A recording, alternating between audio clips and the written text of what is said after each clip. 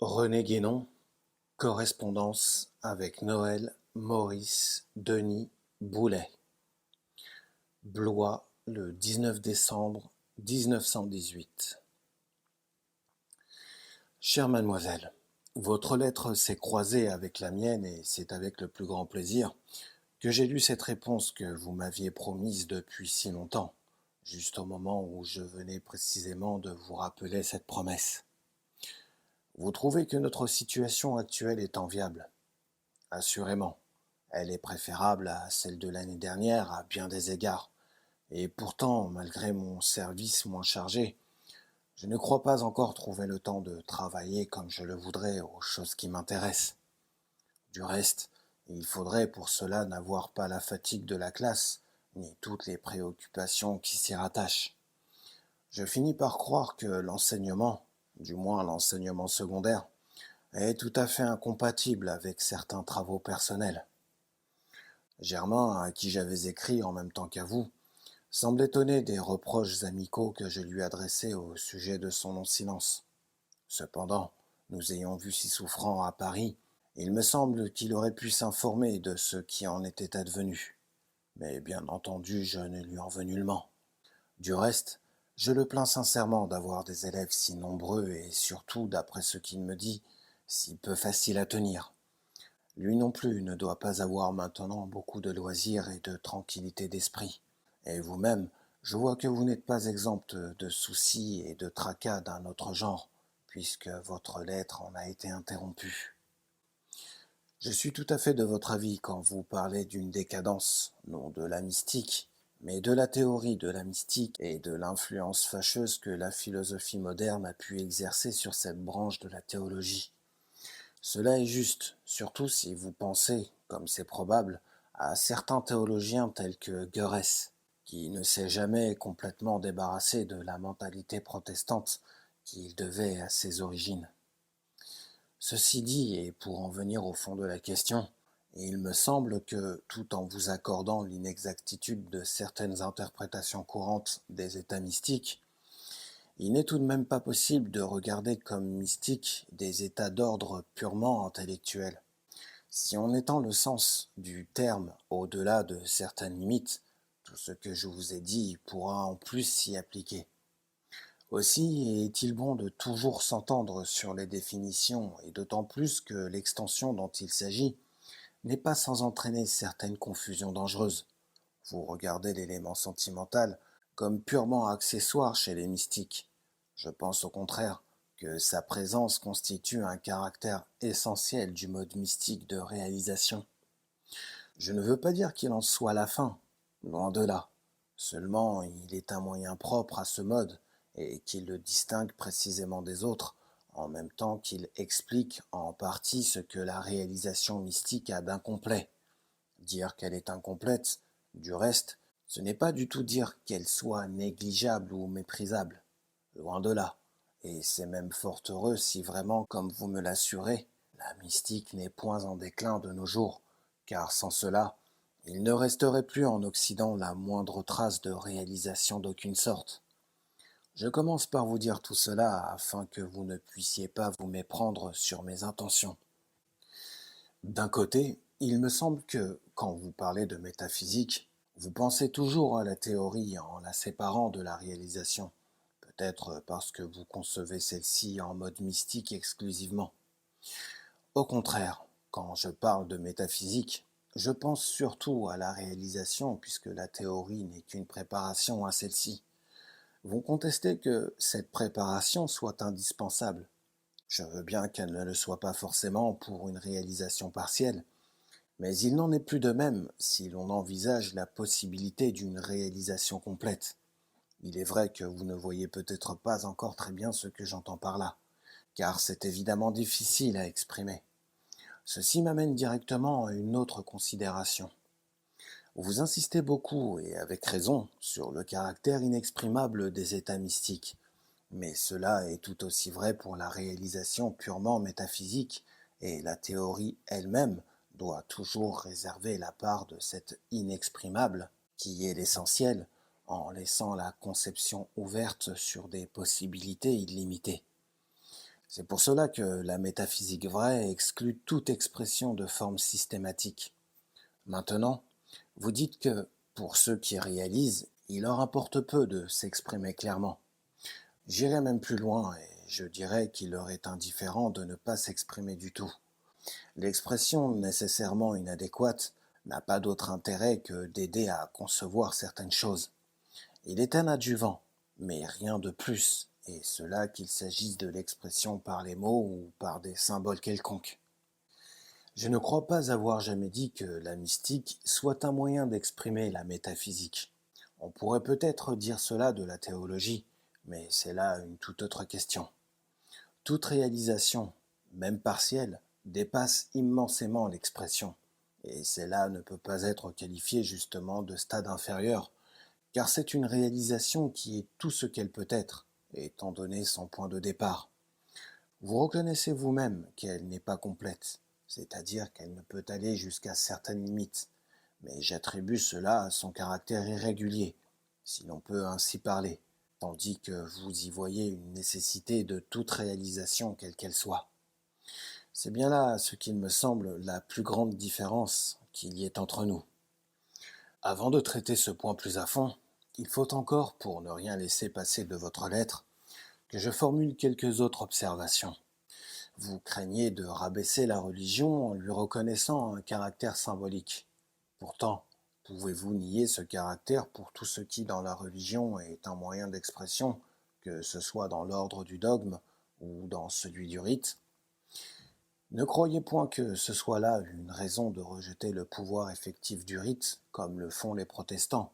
Bien au contraire, et l'existence de ce pouvoir, lorsqu'on le reconnaît, est précisément un des meilleurs exemples pour montrer le rôle d'un élément symbolique comme support d'une réalisation quelconque. J'ajoute que, pour moi, symbole ou expression, c'est au fond la même chose, de sorte que le rôle de la théorie en métaphysique ne peut être autre que celui que je viens d'indiquer, et encore avec cette différence que l'efficacité n'en est pas immédiate. Mais ce qu'on connaît véritablement ne peut jamais être perdu, et doit amener tôt ou tard une réalisation correspondante. Autre chose encore, vous dites que, dans la contemplation mystique, l'intelligence entre en jeu en mode intuitif et inexprimable. Pour l'inexprimable, d'après ce que je viens de vous dire, c'est commun à toute réalisation. Quant au caractère intuitif, je devrais en dire autant s'il appartient vraiment, j'entends dans l'ordre intellectuel, aux états mystiques. En effet, l'intuition intellectuelle n'est-elle pas ce qui constitue proprement et essentiellement la métaphysique? Sans cela, celle-ci ne pourrait pas être suprarationnelle, comme elle doit l'être. Ne pas lui reconnaître ce caractère équivaut pour moi à nier la métaphysique ou ce qui revient au même, à attribuer ce nom à quelque chose qui ne sera en réalité qu'une pseudo-métaphysique. La traduction en mode rationnel, avec toutes ses imperfections inévitables, ne peut intervenir en métaphysique que pour l'exposition, non pour la connaissance même. Et c'est seulement dans cette expression rationnelle ou discursive que l'erreur risque de s'introduire, l'intuition n'en étant pas susceptible en raison de son caractère direct et immédiat.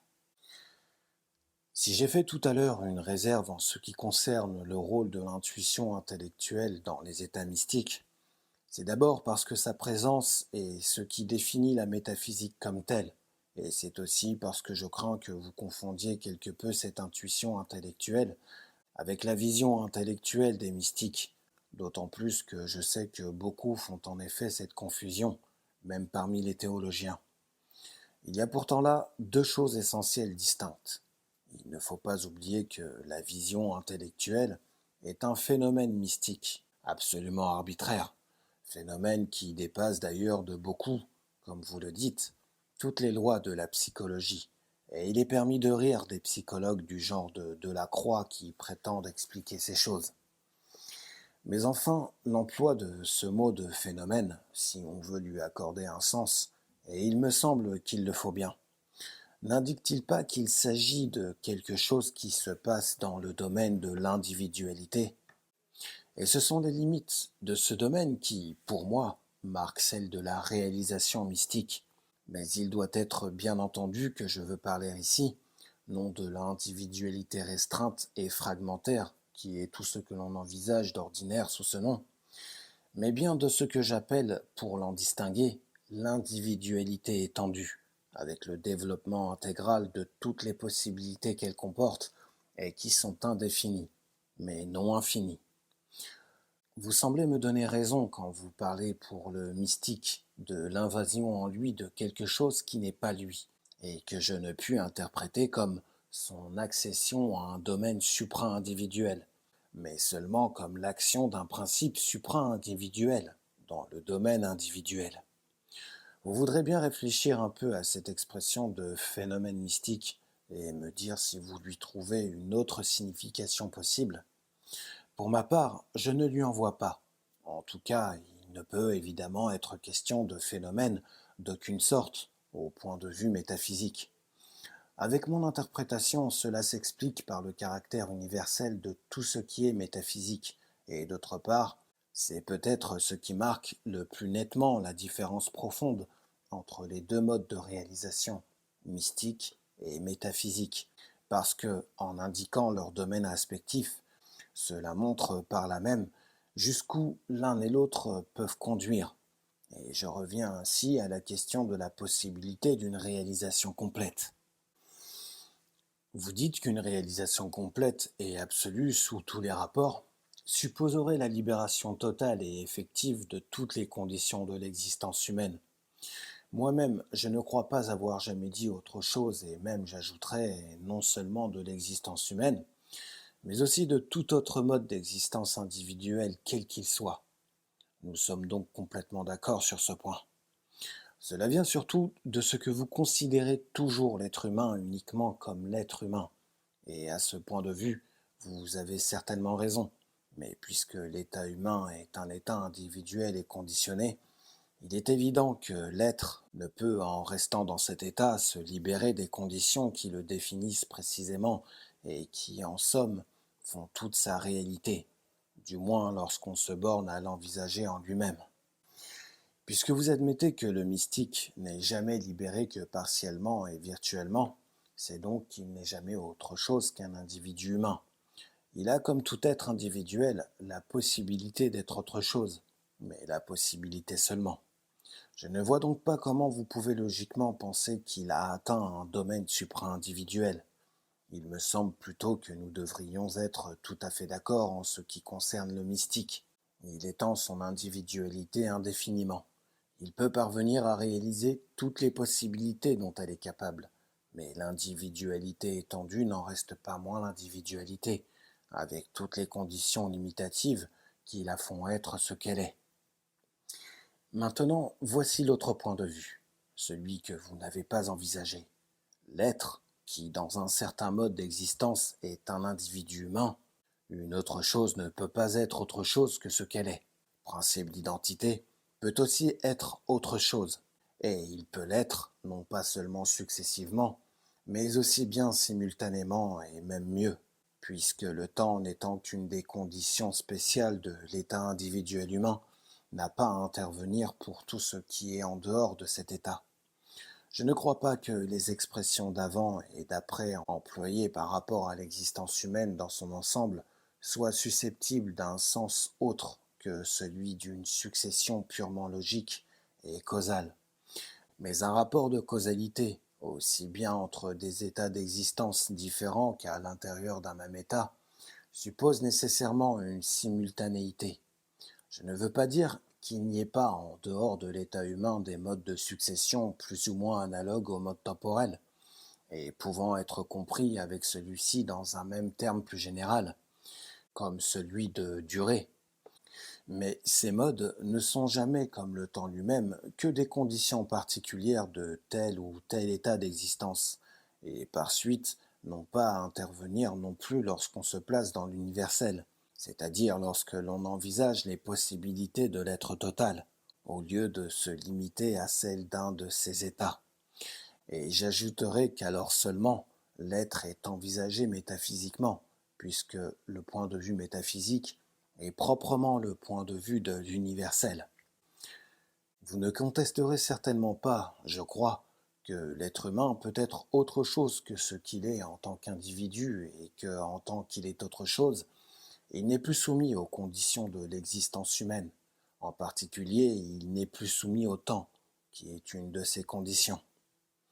Cela revient à dire qu'une réalisation se rapportant aux états extra-individuels ne peut pas être astreinte à ne se produire qu'après l'existence humaine, plutôt que pendant, ou même avant, ces mots étant pris ici dans leur sens temporel ordinaire, lequel ne peut s'appliquer vraiment qu'à l'intérieur de l'existence humaine. Par conséquent, l'état humain pourra, tout aussi bien que n'importe quel autre état d'existence, être pris pour base d'une telle réalisation. Toute la difficulté pour vous me paraît donc de venir de ce que vous ne vous placez pas dans ce que nous pouvons appeler le non-temps.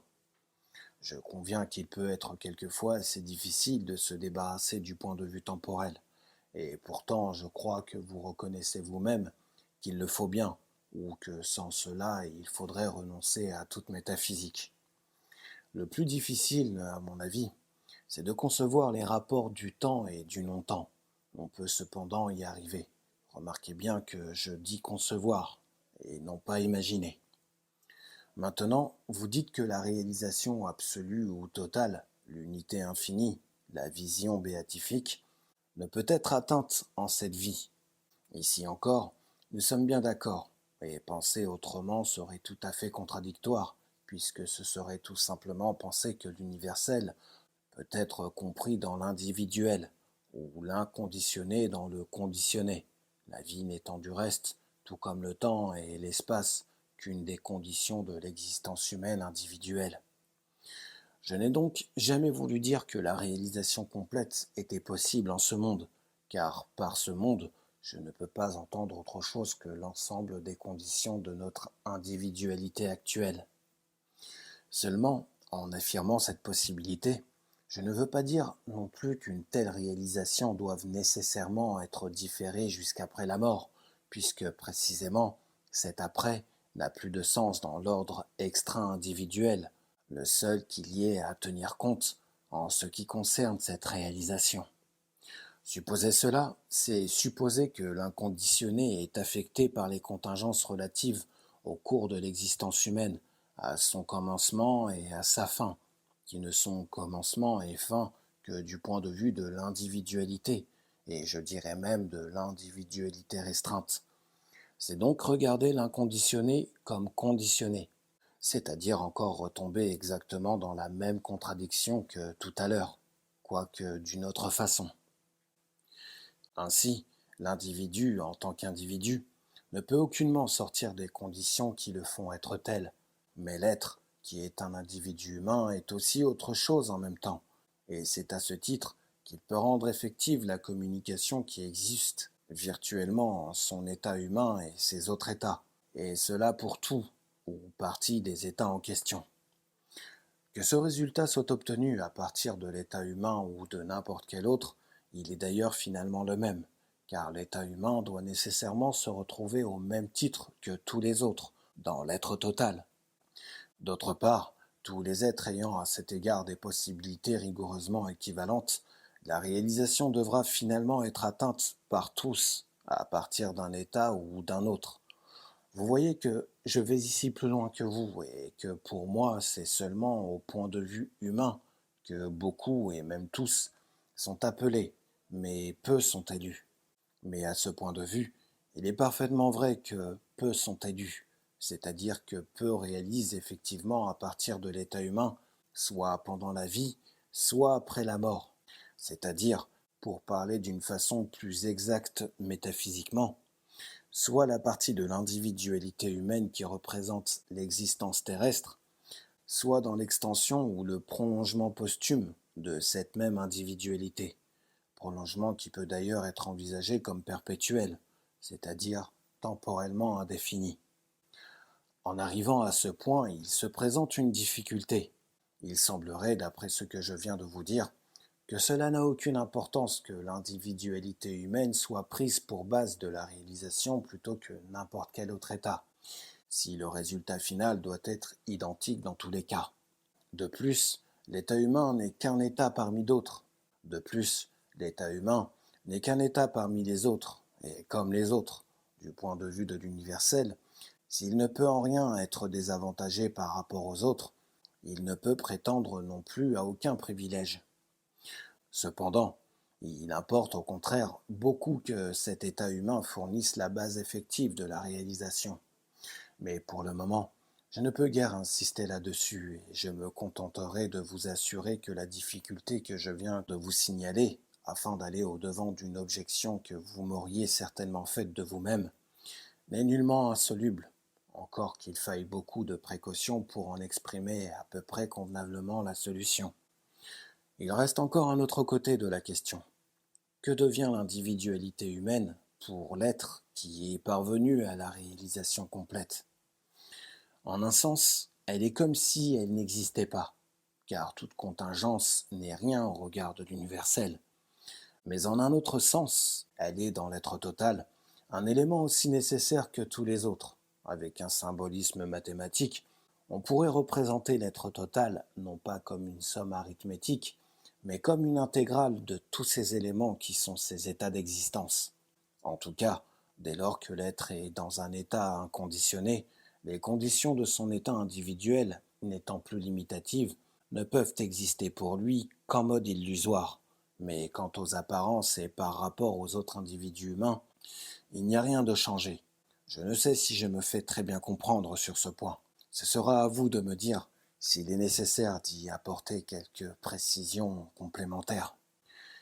Sous un certain rapport, on pourra dire que la réalisation métaphysique s'opère en sens inverse de la réalisation mystique. En effet, cette dernière implique l'action d'un principe universel dans le domaine individuel, action qui peut être désignée symboliquement comme une descente de ce principe, mais bien entendu sans que le principe en soit aucunement affecté. D'autre part, la réalisation métaphysique peut être regardée en quelque sorte comme une prise de possession des états supérieurs, c'est-à-dire comme une ascension de l'être réalisé dans ces états. Naturellement, descente et ascension ne sont ici que des expressions figurées, mais c'est en somme une autre façon d'exprimer le caractère actif de l'une des deux réalisations par rapport au caractère passif de l'autre. Du reste, l'opposition n'existe que sous un rapport, quant aux moyens et non quant aux fins. La réalisation complète entraîne nécessairement par surcroît les effets que produit toute réalisation partielle. À l'égard de l'opposition relative que je viens de vous indiquer, je note encore spécialement votre citation du saint Paul de saint Athanase. Non conversione in divinitatis in carmen, sed assumption humanitatis in deum. Non pas par la conversion de la divinité en chair, mais par l'assomption de l'humanité en Dieu. On pourrait en trouver là une application, peut-être inattendue pour vous, au sujet du caractère non mystique de certains états que vous regardez cependant comme mystiques. Cela prouve une fois de plus combien il est nécessaire de savoir exactement ce qu'on entend par mystique. Il me semble bien que si l'on écarte quelques-uns des caractères qui me paraissent essentiels à sa définition, ce mot n'offre plus aucun sens précis, et que, par suite, il n'aurait même plus d'intérêt à le conserver, dès lors qu'on voudrait y faire tout entrer. C'est un peu comme les cas des termes corrélatifs qui ne peuvent avoir de sens que l'un par rapport à l'autre. Il faut encore, pour ne pas être trop incomplet, marquer une différence des deux réalisations quant à leur préparation respective. La préparation théorique est indispensable à la réalisation métaphysique, mais non à la réalisation mystique. Cela vous l'admettez comme moi. J'ajouterai seulement que cette préparation théorique ne concerne que ce qui est dans l'ordre métaphysique pur, à l'exclusion de tout ce qui est de l'ordre des connaissances relatives, comme la connaissance proprement scientifique, qui est ici sans aucune importance. D'un autre côté, il y a aussi une certaine préparation qui est tout à fait particulière à la réalisation mystique. C'est celle que l'on pourrait appeler morale, si ce mot ne risquerait pas d'être pris dans un sens plutôt défavorable. Cette préparation, dont la nature est étroitement connexe de l'élément sentimental du mysticisme, étant de l'ordre des contingences humaines, sinon même sociales, ne pourrait avoir aucun effet quant à la réalisation métaphysique. Cela vous paraîtra sans doute un peu étrange, car je crains que vous ne voyiez entre le point de vue métaphysique et le point de vue moral la possibilité d'un rapport qui, pour moi, ne peut pas exister. Je sais bien, d'autre part, que l'idée de charité, à laquelle je pense plus particulièrement ici, est susceptible d'une certaine transposition analogique. Mais ne pourrait-on en dire autant de toute idée de n'importe quel ordre? Et puisque l'ordre intellectuel est le seul qui soit en rapport direct avec l'universel, n'est-il pas préférable d'envisager seulement au point de départ ce qui est purement intellectuel, sans aucun mélange du domaine sentimental? Du reste, les conséquences n'ont rien qui puisse inquiéter personne, puisque dans les résultats, tout le reste se retrouvera également par surcroît. Il semble d'ailleurs, mais vous ai-je bien compris sur ce point, que même la préparation morale ne vous apparaît pas comme absolument indispensable à la réalisation mystique.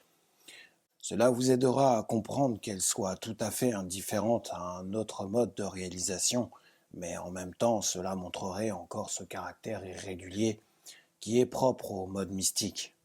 Là, il est bien vrai qu'il n'y a aucune méthode. Mais je ne peux pas dire comme vous qu'il n'y en a aucune pour réaliser, en quelque mode que ce soit. Toute méthode n'est que préparatoire, bien entendu, mais même avec cette restriction, vous ne voulez pas l'admettre, parce que, dites-vous, ce serait admettre que le surnaturel obéit à la nature. Est-ce bien exact, si cette préparation est purement métaphysique?